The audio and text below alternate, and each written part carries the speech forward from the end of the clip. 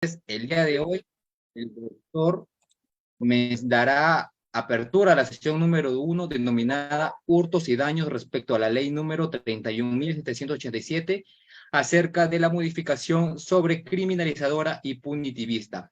También no olvidar que finalizada la sesión se dará un plazo de 5 minutos para que puedan formular sus preguntas, ya sea encendiendo su micrófono o dejando sus preguntas en la bandeja del chat del Zoom. Bueno, doctor, sin nada más que decir, doy pase para que pueda iniciar con la disertación. Sí, muchas gracias, Yamil. Muy buenas noches con todos. Primero, me gustaría que por favor me pudieras confirmar si se me logra escuchar bien. Sí, se logra escuchar, doctor. Todo claro. Ok, y en antemano pedir disculpas de repente si hay alguna bulla de fondo. Lo que sucede es que, bueno, es sábado y por mi casa estamos realizando, parece una fiesta o algo los vecinos. Entonces, espero que eso no sea, no genere alguna interrupción. Bien, ¿puedo compartir pantalla? ¿No? ¿Me han facultado? Sí, ¿no? Perfecto. A ver, entonces, a ver, ahí está. ¿Se logra ver, estimado Yamir? Sí, doctor, sí se visualiza. Perfecto. Bueno, en todo caso, para los participantes, si tener alguna observación o pregunta, esta podría en todo caso ser comentada por el chat. Yo estaré atento si es que hay alguna de repente interrogante en transcurso de la ponencia. Tengo entendido que la ponencia dura a un aproximado de una hora, ¿no? De 60 minutos o menos de repente. Bueno, en todo caso me avisará seguramente el moderador, ¿ya? Bueno, sin más preámbulo, vamos a iniciar con el presente, en todo caso, exposición y análisis de esta ley, que es la ley 31787, ¿no?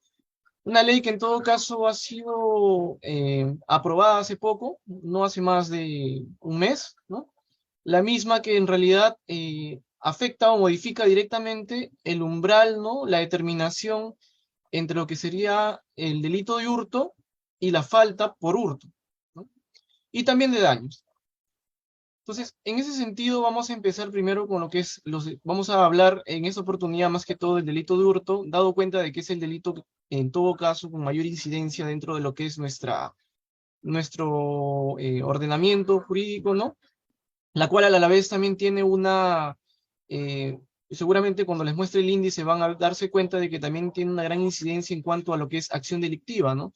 Quiere decir de que es uno de los delitos patrimoniales cometidos con mayor frecuencia en toda a nivel nacional, ¿no? Entonces, antes de empezar con lo que es la modificación estrictamente, no vamos a remitirnos a este acuerdo plenario que es el 4/2011, ¿ya? Aquí, ¿cuál es lo relevante? Y quiero en todo caso que se pueda establecer previamente es lo siguiente, ¿no? Mediante el acuerdo plenario 4/2011, lo que se establece en todo caso es el carácter, o en todo caso se expresa, ¿no? ¿Cuál es el carácter residual de la falta de hurto? ¿Qué quiere decir esto? De que cuando hablamos nosotros del quantum como requisito, en todo caso típico del delito de hurto, ¿no? Estamos haciendo referencia a un elemento importante para la determinación, ¿no? Del elemento, en todo caso, típico de este delito patrimonial, ¿no? El cual, pues, consiste, como todos saben, ¿no? El que mediante sustracción se apodera, ¿no? De un bien, correcto. Entonces, los legisladores establecieron, al momento de realizar, pues, tipificar ese delito, ¿no? O en todo caso, mejor dicho, la interpretación que se hizo de manera auténtica es de que no existe una limitante o no existe, digamos, un requisito para cometer hurto simple, ¿no? Eso a simple vista está establecido en el delito de hurto, ¿no? En el artículo 2.5. Sin embargo, cuando nosotros nos vamos a remitir a lo que consiste, en todo caso, en el artículo establecido 4.4 del Código Penal, ¿no? Donde nos dice faltas, ¿no? De hurto y daños, ustedes se van a dar cuenta de que en realidad ahí establece un monto, un quantum. Ese quantum efectivamente es justamente un elemento, ¿no? Que va a restringir, ¿no? La diferencia entre lo que es un hurto simple de una falta. Ahora, para justamente los que necesitan en todo caso recordar, ¿no? Es necesario. La diferencia principal que tiene un delito y una falta es justamente más que todo el nivel de gravedad que incide en la comisión del delito, ¿no? Para ello tenemos que tomar en cuenta de que todas las faltas, ¿no?, por así decirlo, tienen un carácter residual. ¿Qué quiere decir esto? De que el primer análisis que uno hace justamente es el elemento típico del delito.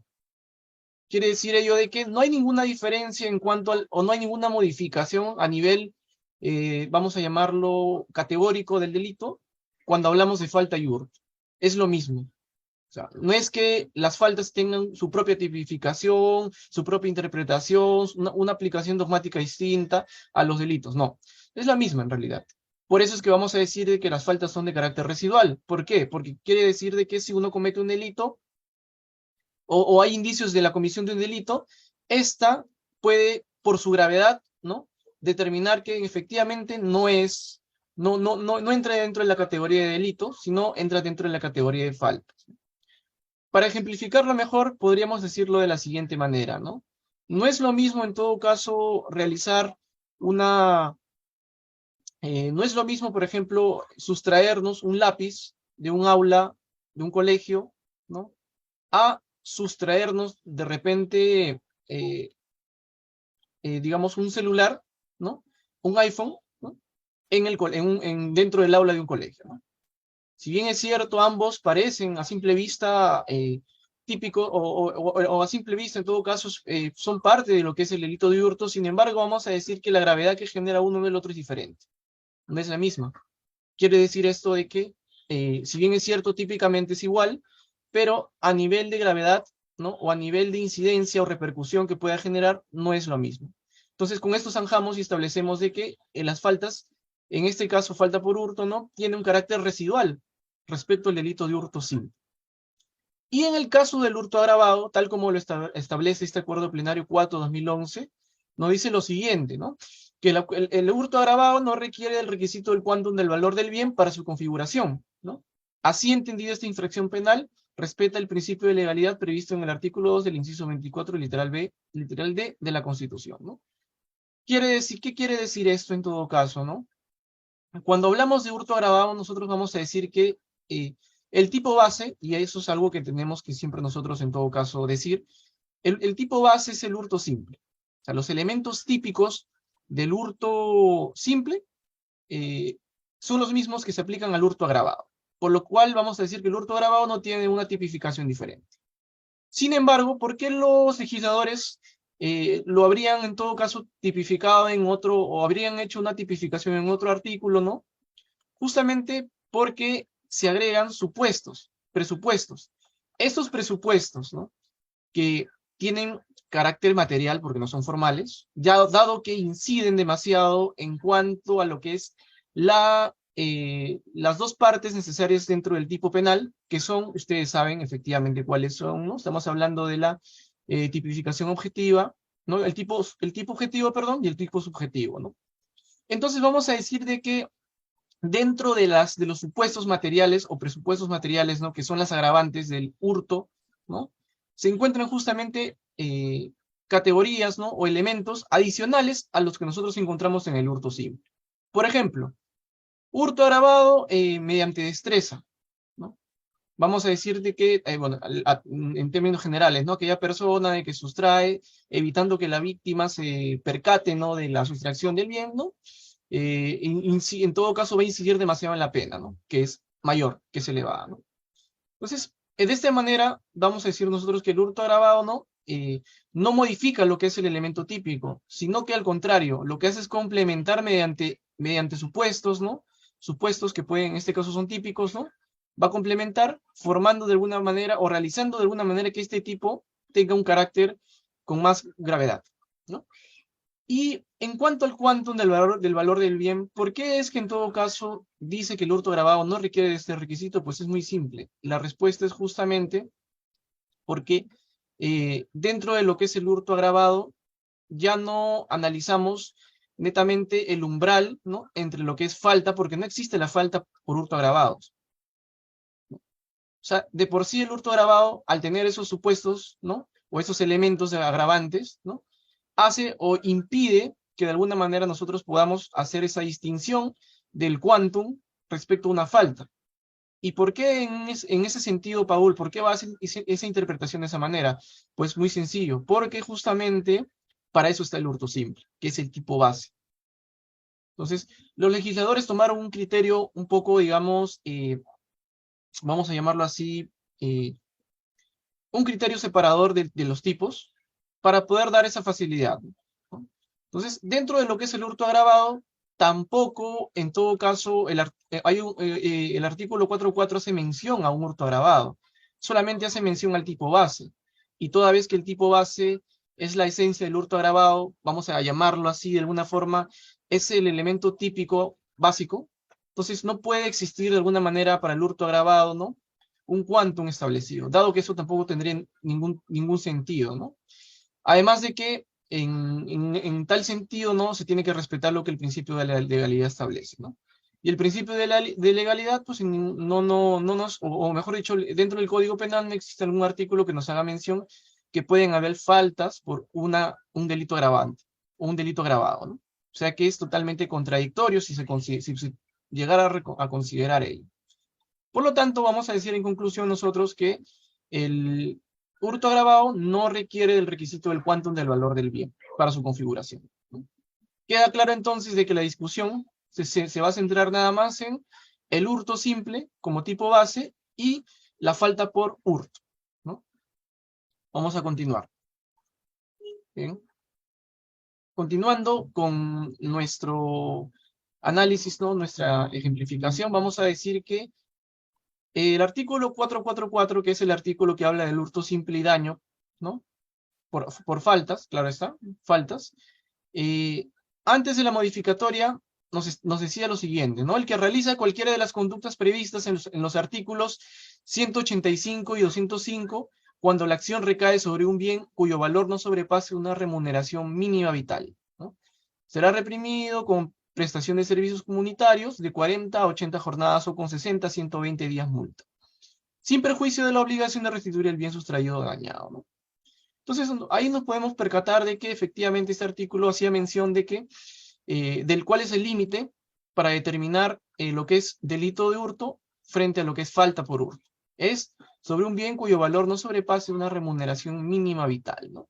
Entonces, si no más tengo entendido, antes de la modificatoria, antes de la última modificatoria, la remuneración mínima vital es de 1.025 soles. Y ahí lo tenemos. Entonces, si caía, o en todo caso, si se determinaba que la sustracción de un bien, o el valor de ese bien es equivalente a 1.026 soles, entonces podríamos decir que estábamos frente a indicios de un posible delito o la comisión delictiva del delito de hurto simple. Pero si de repente ese bien tenía valía, ¿no? O su valor acreditado, ¿no? Por el denunciante, era de 900 soles, digamos, podríamos decir que efectivamente eso es catalogado como faltas por hurto, ¿no? Y bueno, para el Ministerio Público en ese sentido, ¿no? Que es el que investiga, ¿no? Es el encargado de la conducción de la investigación, ¿no? Consideraría que al tratarse de un delito, de una falta de hurto, ¿no? Esta no era competente para que lo vean ellos, sino, como todos saben, ¿no?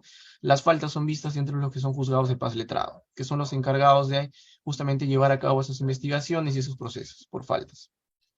Bien, pero ¿qué ocurrió con la modificación del artículo 4.4, ¿no? Con la ley 31787?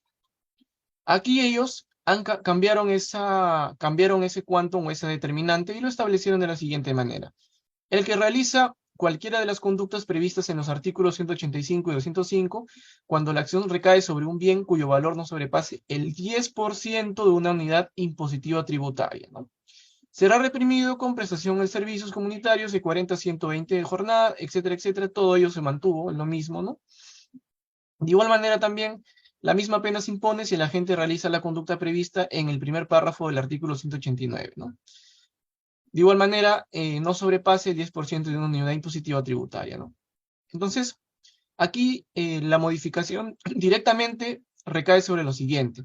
Cuando la acción recae sobre un bien cuyo valor no sobrepase el 10% de una unidad impositiva tributaria, ¿no?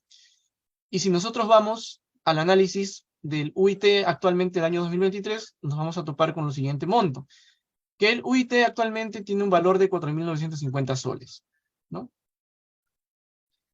Eso quiere decir de que si sacamos el 10% de 4.950 soles, esto nos va a arrojar un monto, ¿no?, exacto de 495 soles, ¿no? Quiere decir esto de que el monto mínimo para determinar cuándo estamos frente a un delito por hurto y una falta por hurto va a ser de 495 soles.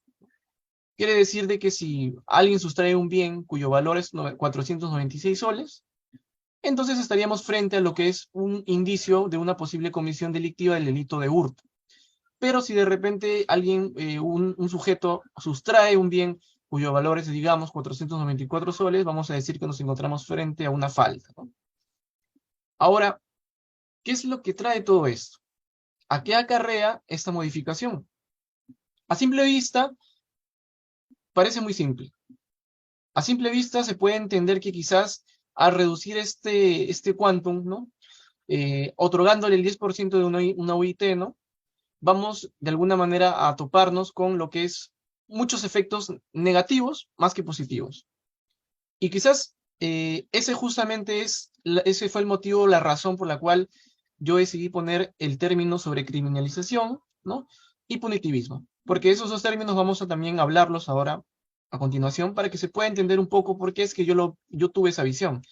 Que de repente para ustedes, muchos de repente estarán a favor de esta modificación y considerarán de que es una buena, de que es efectiva y va a tener efectos positivos para la reducción, digamos, de la comisión de estos delitos, ¿no? O incluso para las denuncias, porque valgan razones, en realidad, y en los índices indican, casi nadie realmente denuncia por faltas. O sea, las denuncias por faltas son mínimas. Es más, casi nunca son consideradas, en realidad, como una posibilidad de realizarlo, ¿no? En el peor de los casos, en el caso más ridículo, ¿no?, quizás, muchos, o la población peruana en general, ¿no?, o el ciudadano de a pie, considera de que es una pérdida de tiempo de repente denunciar que alguien te sustrajo un lápiz o un lapicero, o que alguien te sustrajo un photocheck, ¿no? O que, bueno, el photocheck lo denuncian igual, o que alguien te sustrajo de repente tu DNI, por ejemplo, ¿no? Que también es, es factible de denuncia. Sin embargo, los que denuncian solamente por pérdida y robo de un DNI, ¿no?, generalmente lo hacen solamente en el sentido porque es un requisito necesario para poder volver a habilitarlo, ¿no? Pero en el peor de los casos, ¿no?, nadie denuncia, como vuelvo a repetirlo, de repente por la sustracción de un lápiz, ¿no?, por la sustracción de repente de una foto, ¿no?, de un cargador, etcétera, etcétera. Porque siempre consideran que es innecesario, dado que el monto es mínimo. Ahora vamos a la ley 31787, ¿no? ¿Por qué decimos que es sobrecriminalizador y punitivista? Y aquí vamos a analizar los términos que les acabo de mencionar. Antes de ello, debemos entender de que cuando un legislador realiza o pretende que se apruebe un proyecto de ley, porque evidentemente todas las leyes tienen previo, ¿no?, un proyecto de ley necesario para ser aprobado. Esta tiene que ser justamente, en todo caso, debatida en un pleno, que es el Congreso, que se realiza en el Congreso, efectivamente. Tiene siempre una justificación. Y esa justificación es por qué mi proyecto de ley debe ser aprobado. Y lo que justamente nosotros podemos encontrar al analizar el proyecto de ley de esta modificación es la siguiente, ¿no? 3 ámbitos: prevención, ojo, prevención y combatir delincuencia. Esos fueron los 2 términos esenciales, y eso yo se los puedo mostrar porque aquí tengo el proyecto de ley. Entonces, ¿cuál es el objeto y la finalidad de dicha aprobación de la modificatoria?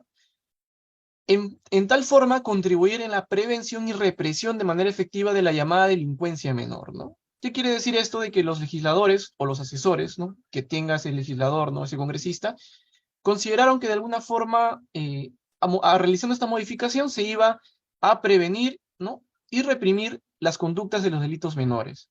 En este caso, hablando en estricto del hurto y el daño, ¿no? Hurto simple y daño, ¿no? Pero ahora, bajo esos efectos para nosotros llegar a ese análisis, o en todo caso para que el legislador llegue a ese análisis, y creo que esto es algo que en realidad todos nosotros debemos saber, necesitó realizar un análisis muy sucinto, muy estricto, ¿no?, muy exegético, de cuáles son los ámbitos en los cuales esta ley pretende afectar.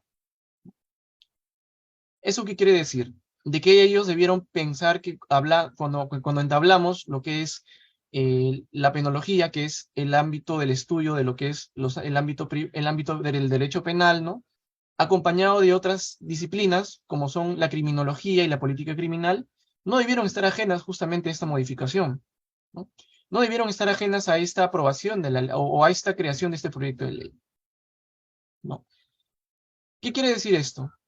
De que si de repente los legisladores hubieran comprendido, que hubieran de repente considerado que dentro de lo que es la criminología, ¿no?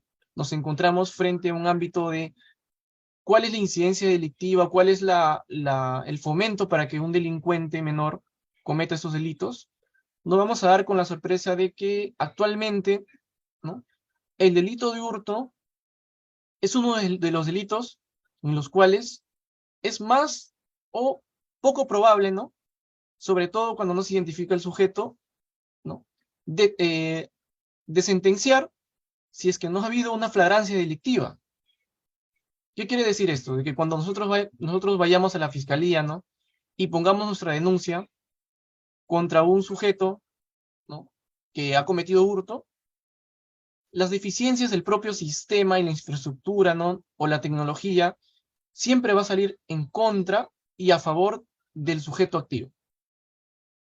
Esas deficiencias, lamentablemente, son los efectos o son las causas periféricas que, lamentablemente, muchos legisladores, ¿no? E incluso muchos operadores jurídicos o el ciudadano de a pie no lo logra entender.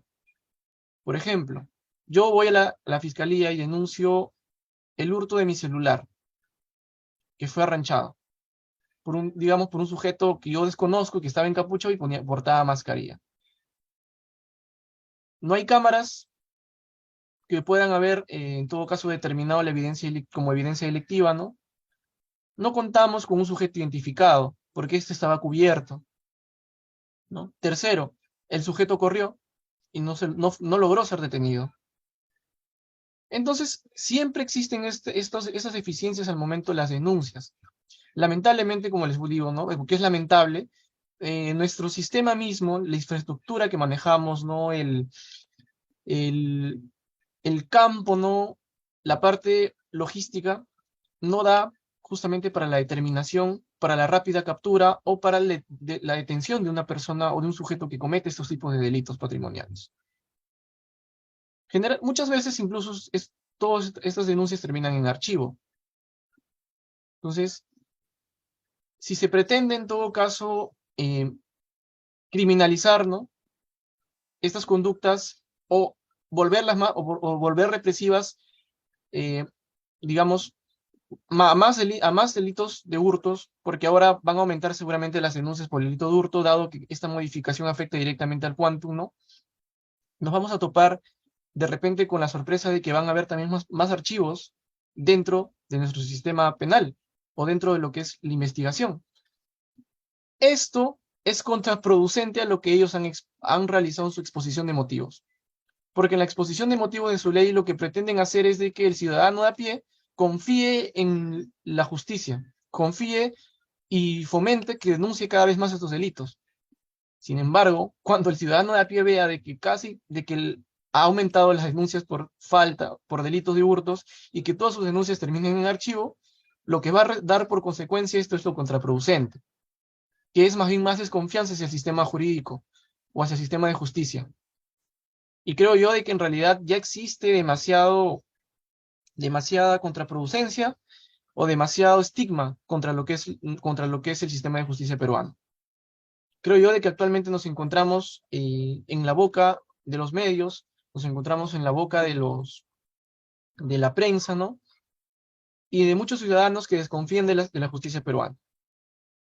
Entonces, creo quizás yo de que lo que en este caso no existe es una culturización de lo que es un proceso penal, que es lo que en realidad podría de alguna forma ayudar más bien a que cuando se realice una denuncia en el Ministerio Público, esta tenga ciertos requisitos necesarios para poder saber o entender de que una denuncia o procede con una formalización o procede con un archivo a nivel preliminar, ¿no?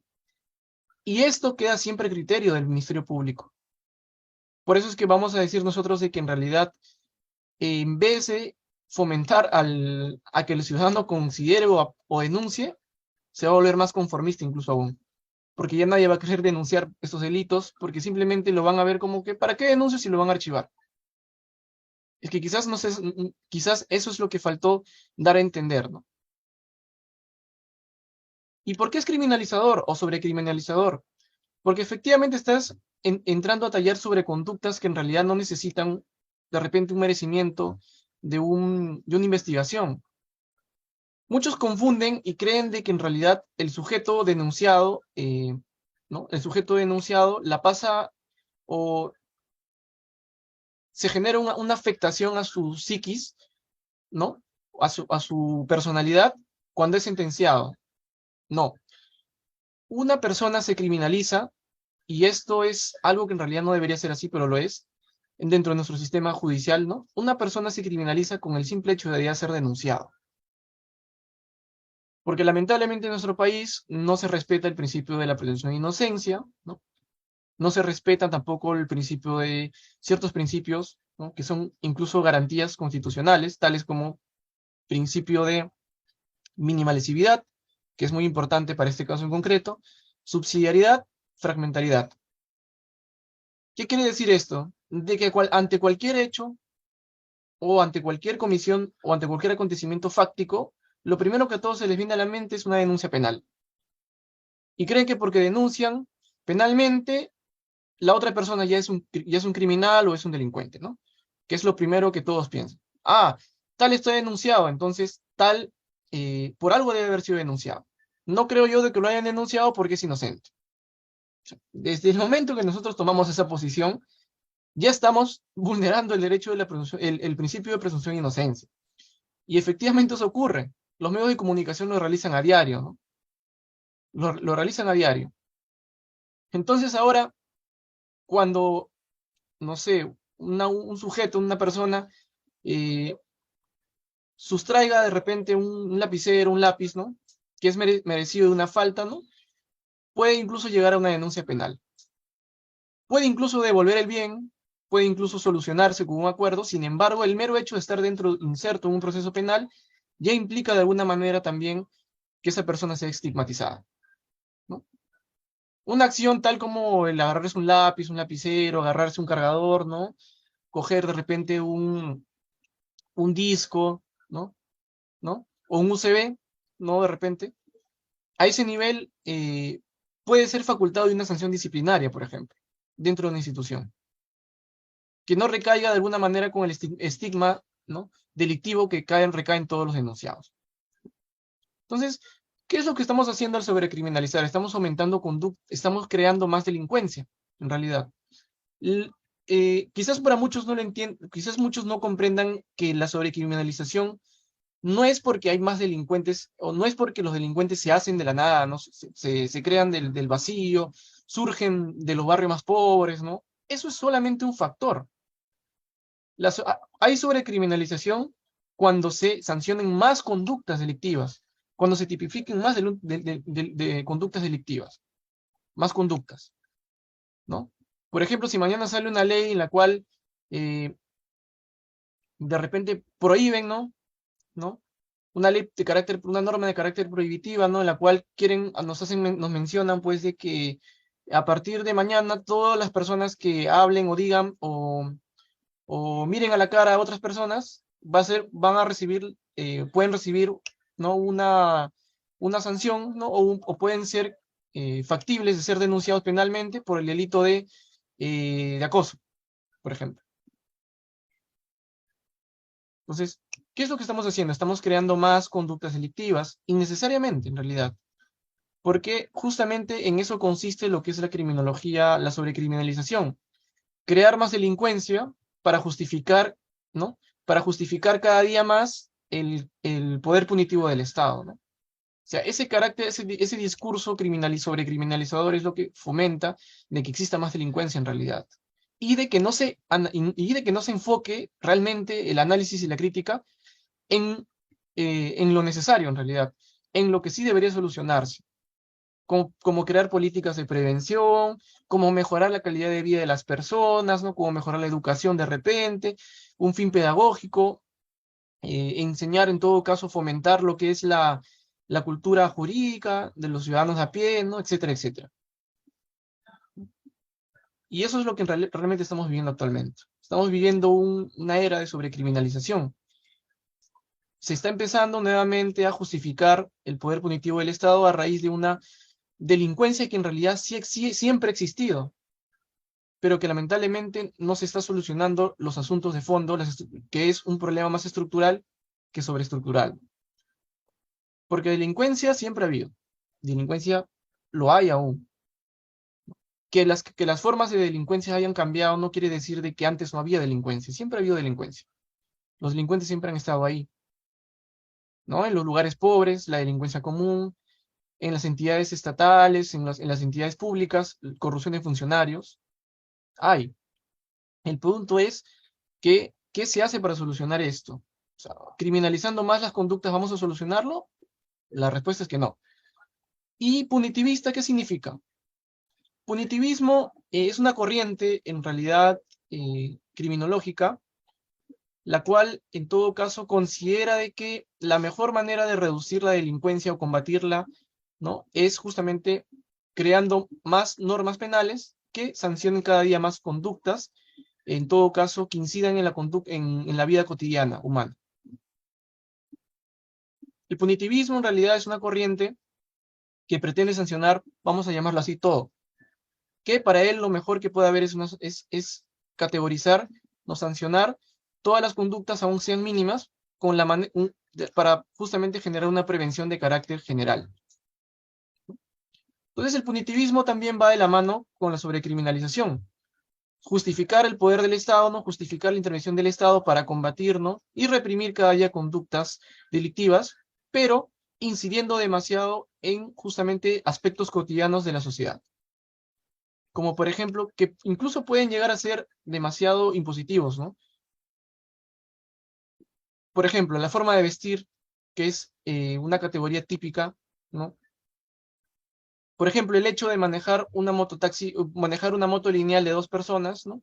Que para muchos dicen, o claro, los delitos de robo actualmente se dan porque roban con moto y por lo tanto debe sancionarse. Sin embargo, eso también es un carácter punitivista, porque en realidad se está considerando de que si nosotros sancionamos ese tipo de conductas, ya no va a haber delitos realizados por motorizados, cuando es falso en realidad. ¿Por qué es falso y por qué no funciona esa modificación o esa tipificación de esa normativa? Porque la delincuencia no es estable, no se centra solamente en una forma de delincuencia. Lo que nosotros hacemos al tipificar es un aproximado o es una aproximación a lo que es justamente eh, la comisión de un delito. No quiere decir de que porque nosotros sancionamos que que anden 2 personas en una moto, ya no va a haber delitos con motos lineales. Eso es falso, en realidad. La delincuencia es dinámica, no es estable, ¿no? El delincuente se mueve, el delincuente innova, el delincuente es su costo-beneficio también, no es estático. Y actualmente la delincuencia que está incidiéndose también es delincuencia cibernética, porque la delincuencia va de la mano con el desarrollo, bien.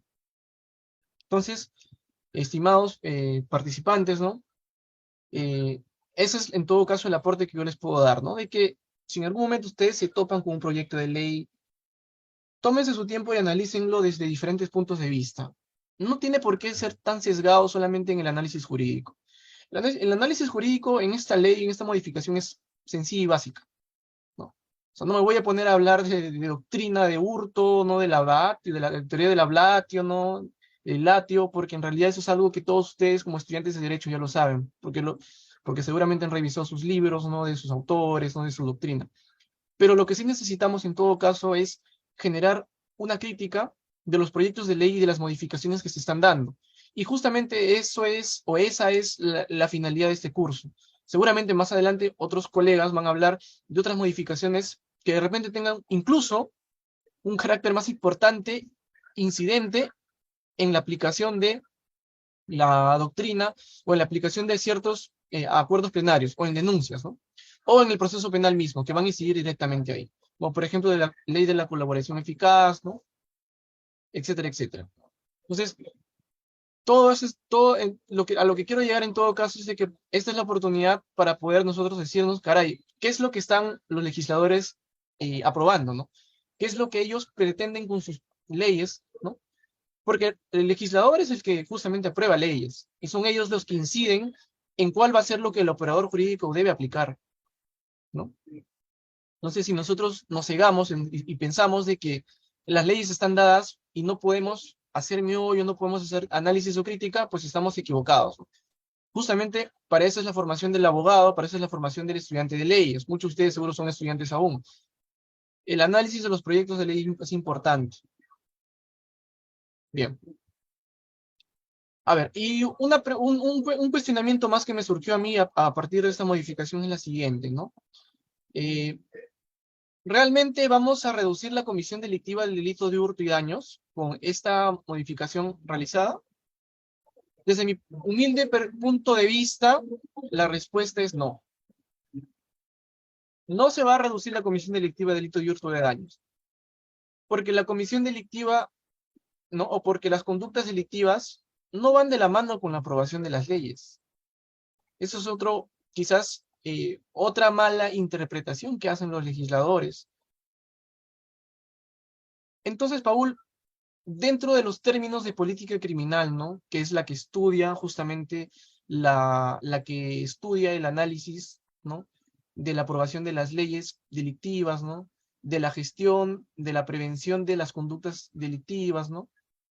Desde la perspectiva de la política criminal, Paul, aprobar una ley en la cual va a aumentar, ¿no? En todo caso, la criminalización de esta conducta, ¿no sirve para reducir la delincuencia? No, no sirve para reducir la delincuencia. Porque la delincuencia, como les vuelvo a repetir, no va de la mano con la aprobación de leyes, ¿no? Para prevenir la delincuencia se necesita otros aspectos, ¿no? Importantes. En cada país el contexto es diferente. No podemos hablar, por ejemplo, de que en El Salvador lo aplicado por el presidente Bukele, ¿no? No está siendo efectiva. Lo que podemos decir en todo caso es de que cuánto va a durar esa efectividad. ¿Y por qué digo esto? Porque en realidad esas las medidas drásticas que ha tomado el presidente Bukele ya son medidas que se han tomado anteriormente y que su efectividad es temporal. ¿Tiene efectividad? Sí, pero es temporal. Entonces, Paul, yo te hago la pregunta siguiente, ¿no? Si tú me dices de que tiene efectividad, pero no dura, no es suficiente, ¿cuál sí sería una medida para reducir justamente la delincuencia en nuestro país, por ejemplo? Ya, estas medidas van de la mano con la criminología y la política criminal. Dejemos de lado el estudio del derecho penal y vayamos al lado de lo que dice la política criminal. ¿Qué nos dice la política criminal? La política criminal nos dice lo siguiente, de que así como los delitos cada día van sofisticándose, las leyes deben ir acorde a esa sofisticación, ¿no? ¿Qué quiere decir esto? De que ahora los delincuentes, por ejemplo, usan mascarillas, ¿no? Usan capucha de repente, usan medios tecnológicos. Entonces, los operadores jurídicos, como el Ministerio Público, necesitan equiparse necesitan equiparse, ¿no? De nuevas tecnologías para poder reducir justamente o para poder combatir este tipo de conductas y determinar la responsabilidad penal de estas personas, mediante la acusación, mediante el proceso penal. ¿Eso se está dando actualmente? No, porque eso es deficiente, porque no contábamos nosotros con un sistema tecnológico, con una infraestructura, con una gestión, lamentablemente en el Ministerio Público, acorde a ese nivel de delincuencia. Entonces, ¿qué podemos decir como conclusión de esto? De que el delincuente actualmente está más sofisticado que justamente nuestro órgano persecutor del delito, que es el Ministerio Público. Esa es la primera consecuencia. Que lamentablemente, ¿no? Nos encontramos justamente, incluso en las audiencias, incluso eso lo podemos determinar cuando hablamos de los plazos de investigación preparatoria. A veces el fiscal, y esto los que están en el Ministerio Público no me van a dejar mentir, ¿no? A veces el fiscal tiende a prorrogar el plazo de la investigación preparatoria con la finalidad de hallar la responsabilidad del sujeto y realizar más actos de investigación. Sin embargo, lamentablemente, por más plazo que tú tengas, tú no puedes hacer maravillas si no cuentas si no cuentas con los medios necesarios para poder realizar esos actos de investigación. Por ejemplo, no contamos con un sistema de identificación biométrico a nivel nacional, no contamos con un sistema identificador de rostro, no contamos con cámaras en todos los distritos fiscales, es un ejemplo, ¿no? Para variar. Incluso yo que he trabajado más, y de esto puedo yo dar fe, más de 2 años y medio en la Fiscalía de San Isidro Lince, les podría decir a ustedes que a pesar de que existe una gran cantidad de cámaras, estas no son suficientes para para identificar a un sujeto. Lamentablemente esos casos terminan en archivo. A criterio del fiscal, del operador jurídico, cuando denuncian delitos por hurtos contra los que resultan responsables o robo contra los que resultan responsables, en su mayoría terminan en un archivo preliminar o en un archivo de fondo, siendo el caso necesario. Y no es porque no quiera investigar el fiscal, no es porque el fiscal en todo caso sea ineficiente, no, sino porque lamentablemente no contamos con los medios necesarios para realizar esa investigación. Que da como consecuencia el archivo del caso, porque no podemos hacer maravillas. No podemos sancionar a alguien sin elementos, sin pruebas o sin documentos que acrediten la comisión del delito. Peor aún si el sujeto escapó o se ocultó, huyó, ¿no? Entonces, esas deficiencias son las que tienen que mejorarse. Actualmente se están mejorando, tendremos que seguir esperando que efectivamente a los encargados, ¿no? A las personas encargadas de la logística, ¿no? A la fiscal de la nación, los presidentes, puedan realizar realmente ese mejoramiento. ¿Se está dando? Por lo que yo tengo entendido, no. Lo que se está dando es la creación de más leyes y más sanciones, que lamentablemente, como les vuelvo a repetir, no solucionará nada, ¿no?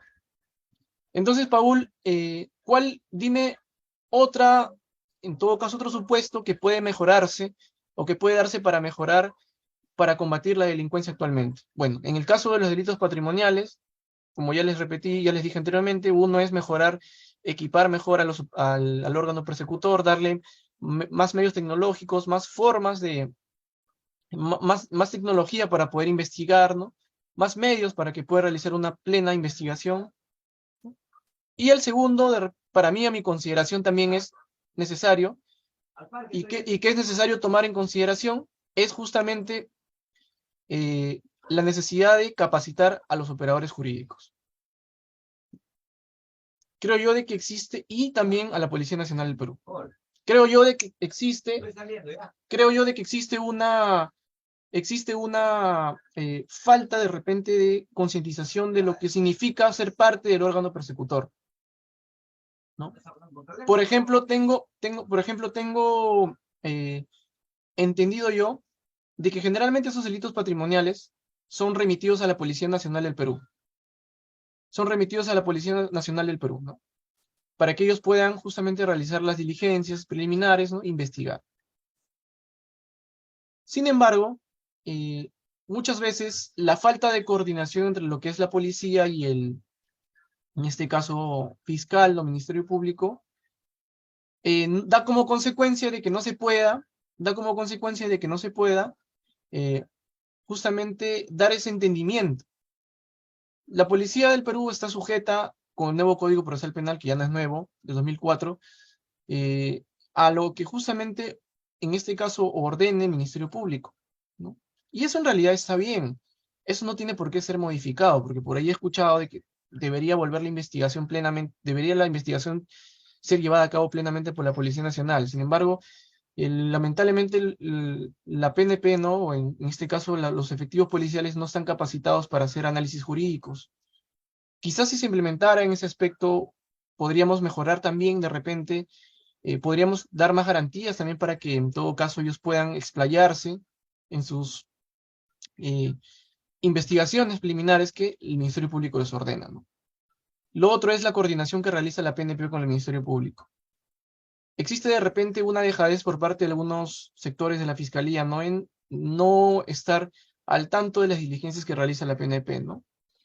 Eso también es un efecto contraproducente, porque de alguna manera la Policía Nacional tiene un criterio y el Ministerio Público tiene un criterio. Y esos criterios en realidad no deberían ser disconformes, sino por el contrario, deberían ser unívocos. Deberían ser, en todo caso, manejados en una sola línea de investigación. Eso de repente quizás también para mí, ¿no? Es un supuesto que es contraproducente, ¿no? Y por último, y el más importante, creo yo, que debería existir una capacitación, debería existir un fomento por parte del Estado para que los asesores o legisladores, ¿no? Hagan consultas ciudadanas a expertos, ¿no? A doctrinarios, a juristas, ¿no? Antes de aprobar una ley o un proyecto de ley. Creo yo de que en realidad ese es uno de los factores más importantes dentro de nuestra realidad nacional actualmente, que no están capacitados muchas veces ni los legisladores ni sus asesores, ¿no? Para poder llevar a cabo lo que es creaciones de leyes penales y modificaciones de tipos penales, ¿no? En realidad, eso es un ámbito que se ha perdido bastante actualmente. No hay capacitación, no hay concientización. Se está perdiendo lo básico de todo operador jurídico, que es la crítica y el análisis de las leyes que van a ser aprobadas, ¿no? Y esos efectos recaen y van a recaer siempre, lamentablemente, en lo que es el populismo. Por ahí leí en el chat que alguien me preguntaba, ¿no?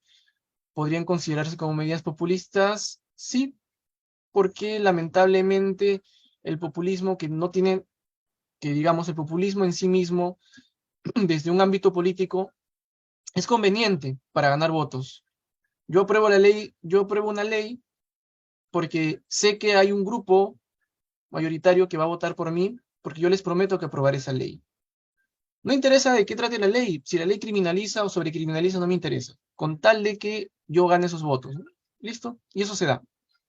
Eso no es novedad. O sea, eso no es algo novedoso, no hemos descubierto el fuego, ¿no? Siempre se ha dado esas formas de modificaciones o aprobaciones de leyes populistas, sí, siempre ha sido así. Siempre ha existido, sí, existe aún todavía. Y aún con mayor incidencia en la actualidad, ¿no? Las leyes antimigratorias, el fomento xenofóbico, ¿no?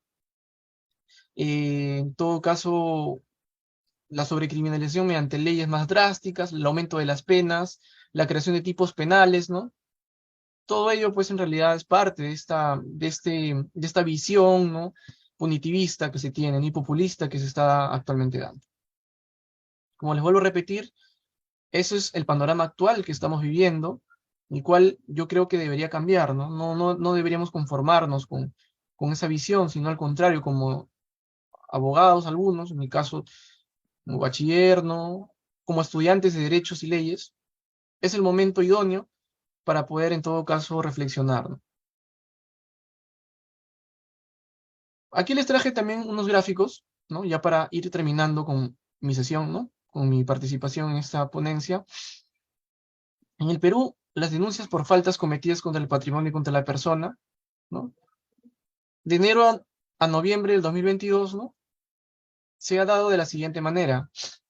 En el caso de hurto simple, ustedes pueden darse cuenta, ¿sí?, de que en realidad existe un 70,9% de denuncias. En el caso de daños, tiene un 27,3%. Evidentemente es uno de los delitos patrimoniales menos denunciados también en lo que es nuestra realidad jurídica, ¿no?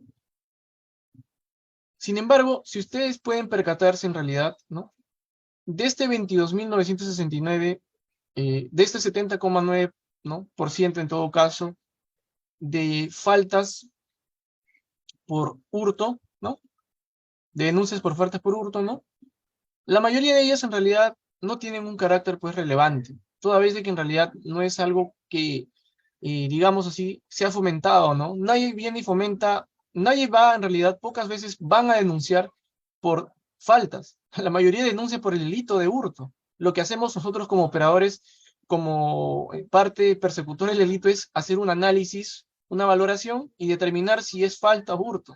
Para eso se ha hecho esta modificación, efectivamente, para hacer el análisis. Y acorde a eso, nosotros derivamos las faltas a los juzgados de paz letrado, para que ellos investiguen y sancionen si ha de ser correcto, si ha de ser así, ¿no? Entonces, no existe en realidad ese porcentaje que muestre que ese 70,9 en realidad no es que denuncien al juzgado de paz letrado, vayan y pongan una denuncia por faltas, no. No, que la mayoría, en realidad, un porcentaje grande, lo hace directamente al Ministerio Público o la comisaría. Denuncian hurtos. Y nosotros lo que hacemos es analizar y remitir, si es falta, remitirlo pues al juzgado de paz letrado, ¿no? En el siguiente gráfico se muestra las denuncias por faltas cometidas contra el patrimonio y contra la persona de enero a noviembre del 2021 al 2022, ¿no? En realidad es el mismo gráfico, pero aquí está un poco más detallado por meses, ¿no? ¿No? Ahí está, de enero, ¿no? Podemos darnos cuenta que para noviembre del 2022, ¿no? Ha existido en todo caso, reducción, ¿no? De lo que es las denuncias por el delito contra el patrimonio, en este caso, por faltas cometidas contra el patrimonio.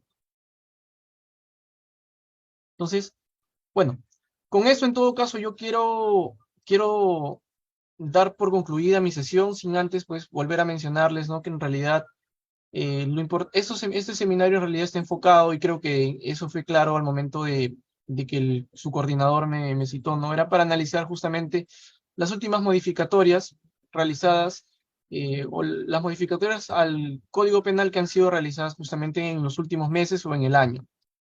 Entonces, seguramente ustedes más adelante van a poder disfrutar, van a poder apreciar y escuchar qué otras modificaciones han salido, ¿no? En mi caso, el análisis fue de la modificatoria 31787, ¿no? La ley 31787, que modificó hurto y daños respecto a esa ley, ¿no?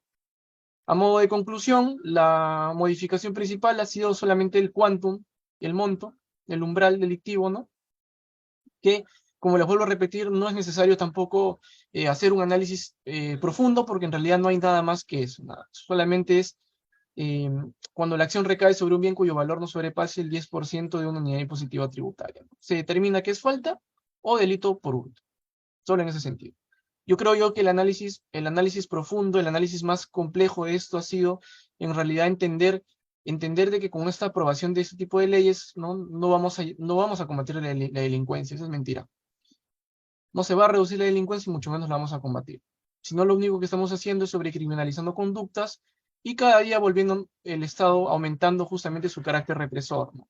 Que en realidad ya actualmente es criticado por ello. Entonces, espero que les haya agradado esta exposición. Para mí ha sido en todo caso, de mi parte, expresar un agradecimiento al Diario del Abogado. Si tienen alguna pregunta, estimados participantes, ¿no? Pueden hacerlo creo yo, de que pueden participar mediante el micrófono, encendiendo el micrófono, o pueden escribirlo de repente aquí, ¿no? A ver, vamos a ver, creo que habían algunas preguntas, ¿no? Ángel Mauricio me preguntó, ¿podrían considerarse como medidas populistas? Bueno, efectivamente el punitivismo va de la mano con el populismo, ¿no? Va de la mano con el populismo.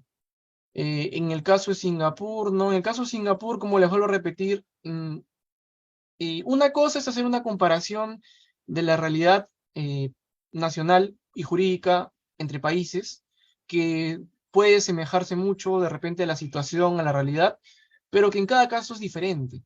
Por ejemplo, tengo un compañero, un colega una vez me mencionó y me dijo que en el país debería aplicarse el plan Bukele, ¿no? Yo le digo, el plan Bukele es un plan que en El Salvador ha dado mucho que hablar, ¿no?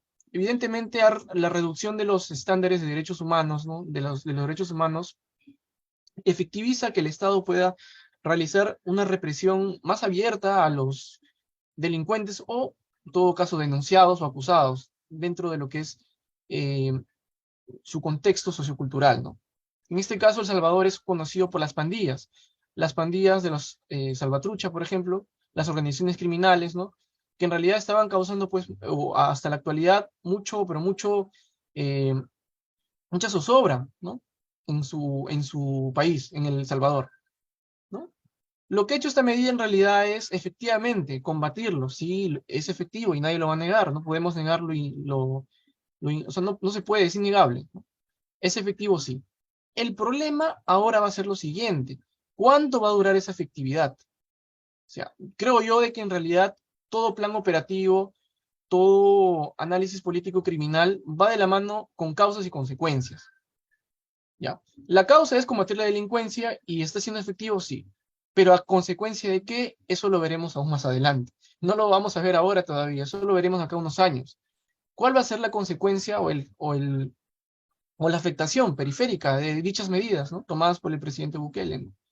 ¿Realmente va a combatir la delincuencia? ¿Qué pasaría si en algún momento deja de ser presidente? ¿No? Porque es un cargo temporal. El siguiente presidente seguirá aplicando esas medidas. ¿Cómo va a hacer en todo caso para responder también a las exigencias, ¿no? O de la reducción de los derechos humanos de ciertos sujetos, ¿no?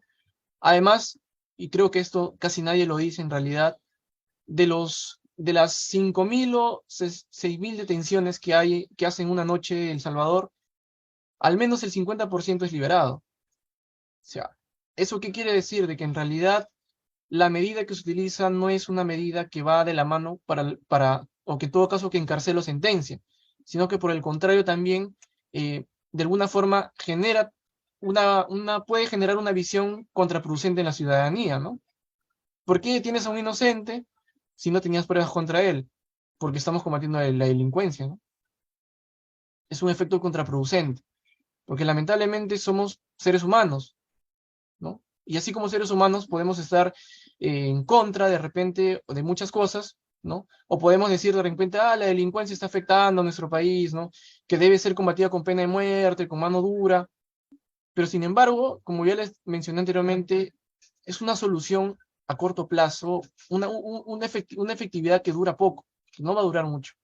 El problema es estructural, y Latinoamérica ustedes han tenido la oportunidad de en todo caso revisar los escritos, sus artículos y estudios del maestro Zaffaroni, se van a dar cuenta de que en realidad Latinoamérica tiene un problema de necesidad más que un problema de jurídico, en realidad, ¿no? ¿Por qué los derechos humanos en países como el nuestro, como Latinoamérica, no funcionan? Porque aquí los derechos humanos, lamentablemente, no generan el mismo impacto que genera en la Europa occidental, ¿no? Porque aquí lo que existe es un problema de necesidad. O primero calmas la necesidad para que los derechos humanos funcionen, y si aplicas los derechos humanos, las necesidades van a irse por encima de los derechos humanos. Ese es el verdadero problema. Somos criminológicamente hablando, ¿no? En nuestro país, el problema mayor es la estructura social que está construida, ¿no? La que está llena de corrupción, la que está llena de repente de muchos vicios, ¿no? Una crisis política, económica, no existe existe pobreza, ¿no? Todo eso afecta directamente a la incidencia de la delincuencia, porque la delincuencia, criminológicamente también hablando, es justamente el efecto de un país, lamentablemente, que no está estructurado correctamente. Entonces, ese, ese en todo caso alcance yo les puedo dar. Pueden ustedes revisar los libros de criminología, que es muy interesante, que es diferente al derecho penal. El derecho penal es una cosa, el derecho penal es una ciencia jurídica, pero la criminología también es una ciencia, ¿no? Para muchos no, pero para algunos sí, o una disciplina que estudia las causas de la delincuencia, ¿no? ¿Por qué se generan los delincuentes, de dónde surgen, ¿no? Los supuestos y todo ello, ¿no? Bien. Eh, de no haber en todo caso más preguntas, estimado Yamir, voy a concluir ahora con la ponencia, sin antes nuevamente agradecer al Diario del Abogado por la invitación el día de hoy. Me da en todo caso gusto de que se estén realizando estos seminarios, ¿no? Que son muy interesantes, muy importantes, ¿no? Y bueno, en todo caso, yo les invito, estimados participantes, a que sigan acompañando a las demás ponencias que van a ser muy fructíferas para ustedes, así como para mí, porque también yo voy a estar presente en todas ellas para poder escuchar a mis otros colegas. Muchas gracias, estimados, y que tengan buenas noches. Muy bien, doctor. Nuevamente agradecerle por esta excelente ponencia acerca de las críticas, los alcances a este delito del hurto, ¿no? Y acerca también de esos análisis acerca de las críticas a los proyectos, a las modificaciones que realizan nuestros legisladores, ¿no? Y esa importancia que ha dado acerca del quantum, ¿no? Que es de mucha importancia en el hurto simple, pero no en el hurto agravado, ¿no? Entonces, doctor, bueno, estimados participantes, si es que tuvieran alguna pregunta, pueden levantar la mano o escribir en el chat del Zoom. De lo contrario, ya se daría por finalizada la sesión del día de hoy.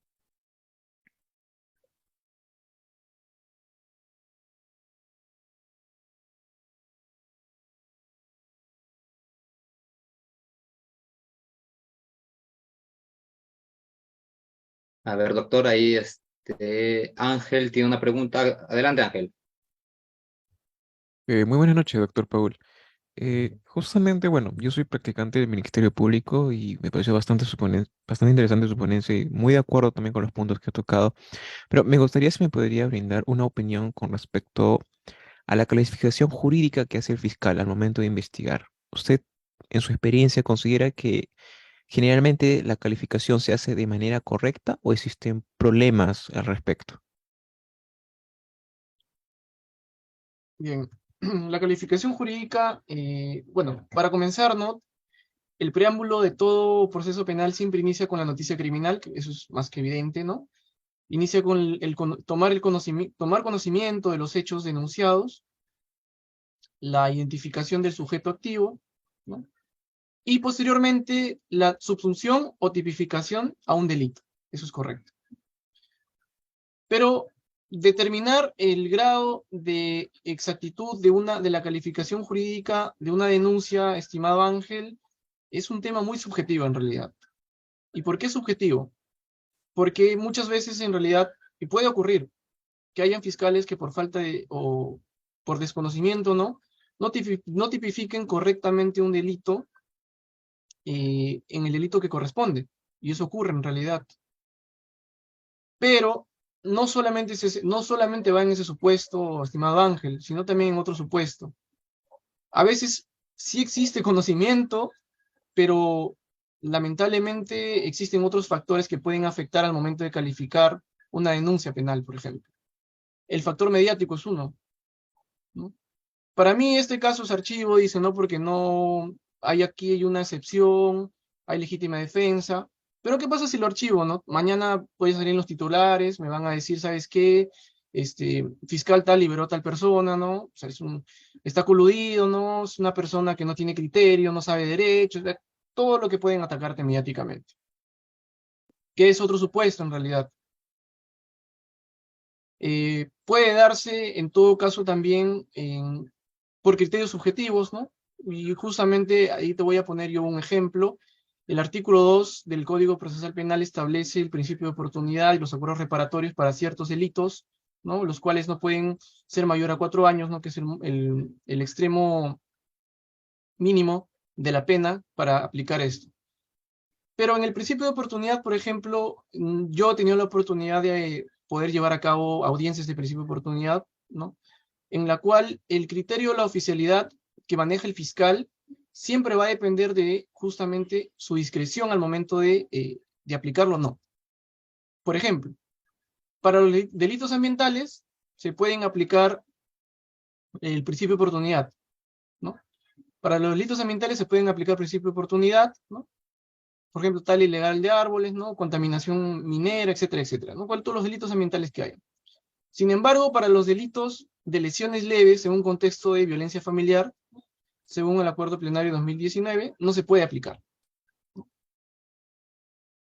Incluso algunos, no yendo más allá, por ejemplo, ahora ustedes saben que hay una tipificación para los delitos de maltrato animal, ¿cierto? Ya han sentenciado incluso a personas por ello. ¿Qué ocurriría si una persona denunciada por un delito de maltrato hacia un animalito, una mascota, ¿no? Decide someterse a un principio de oportunidad que es que tiene un carácter premial porque no genera antecedentes, no va a tener una sentencia, no va a obtener una sentencia, no va a ir a la cárcel, solamente tiene que pagar un monto resarcitorio que es una indemnización al agraviado, al agraviado por los hechos sucedidos, ¿no? Por su conducta.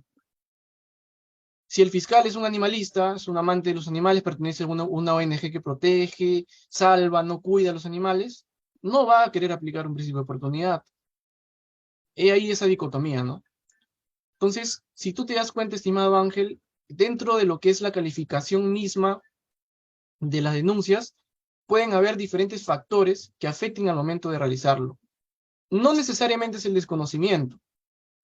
Puede haber fiscales que, como te digo, no desconozcan de las leyes o desconozcan de lo que es el derecho penal, ¿no? Pero puede haber también otros factores que afecten al momento de calificar. Y en este caso en concreto, ¿no? Efectivamente, esta modificación afecta a esa posibilidad de calificar los delitos ahora, ¿no? Porque ahora cada vez que me venga un hurto en el cual el monto acreditado es de 496 soles, voy a tener que iniciar una investigación, un proceso penal contra él. Porque si yo lo archivo preliminarmente, porque digo, ¿sabes qué es LQR? No hay cámaras, no hay nada, lo primero que van a hacer es elevar actuados seguramente. Y al elevar actuados, la Fiscalía Superior me va a decir, oye, pero ¿cómo puedes archivar este caso si ni siquiera le has tomado la declaración al denunciante? Como suele ocurrir, ¿no? Entonces, yo le digo, pero doctora, eso es un caso que es imposible, no voy a determinar quién es la persona, no hay cámaras, no hay nada. El denunciante incluso el mismo denunciante en su denuncia ha señalado de que no pudo verle el rostro a la persona, no sabe si fue hombre o mujer, etcétera, etcétera. No, pero tú tienes como órgano persecutor que investigar, te dice la Fiscalía Superior. Aún así no haya delito, lo archivarás de fondo, lo archivarás después, pero al menos haz las diligencias necesarias. Entonces, tenemos que aperturar investigación, tomar la declaración, citarlo nuevamente, etcétera, etcétera. Eso requiere unos 3 meses por lo menos. Pero no es el único caso que hay, pues. Ese es el problema, estimado Ángel. No es el único caso que hay. O sea, nosotros estamos, o al menos el operador jurídico, el fiscal, está sujeto, su calificación está sujeto no solamente al conocimiento sobre la materia penal, sino también está sujeto a otros factores que son externos en realidad, son extraproceso. Factores que afectan a veces la calificación misma del delito. Entonces, como vuelvo a repetirlo, podemos saber mucho derecho penal, pero si no conocemos el sistema por dentro, no vamos a entender tampoco por qué es que justamente salen tantas personas liberan, a tal persona la soltaron, o que mañana en los medios digan, fiscal liberó a tal persona, ¿no? Fiscal le dio la libertad a tal persona, ¿no? Porque eso en realidad el ciudadano de a pie no lo conoce, lamentablemente, y no lo entiende, y quizás no lo va a entender, y está en su derecho de no entenderlo, está en su derecho de no saber, porque también hay un derecho a no saber, en realidad, ¿no? Y ese es, en todo caso, la consecuencia lamentablemente, de las leyes, pues, populistas que se están aprobando en materia penal. Al menos en este caso en concreto, sí.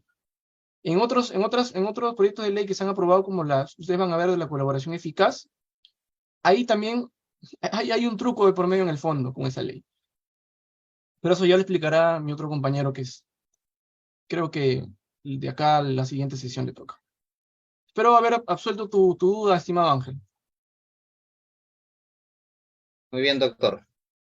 Agradecerle nuevamente por esta excelente ponencia y esperamos verlo nuevamente en otros cursos, los seminarios que realiza el portal jurídico, el Diario del Abogado, ¿no? Que día a día se esfuerza, sus organizadores se esfuerzan por brindar un servicio jurídico de calidad a todos sus fieles seguidores. Agradecerle también a todos los presentes por estar activos el día de hoy, por sus preguntas.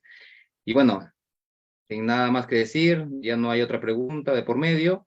Entonces, damos por concluida esta primera sesión del curso especializado en Derecho Penal y Procesal Penal. Muchas gracias. Buenas noches a todos. Buenas noches, hasta luego, gracias. Buenas noches, doctor.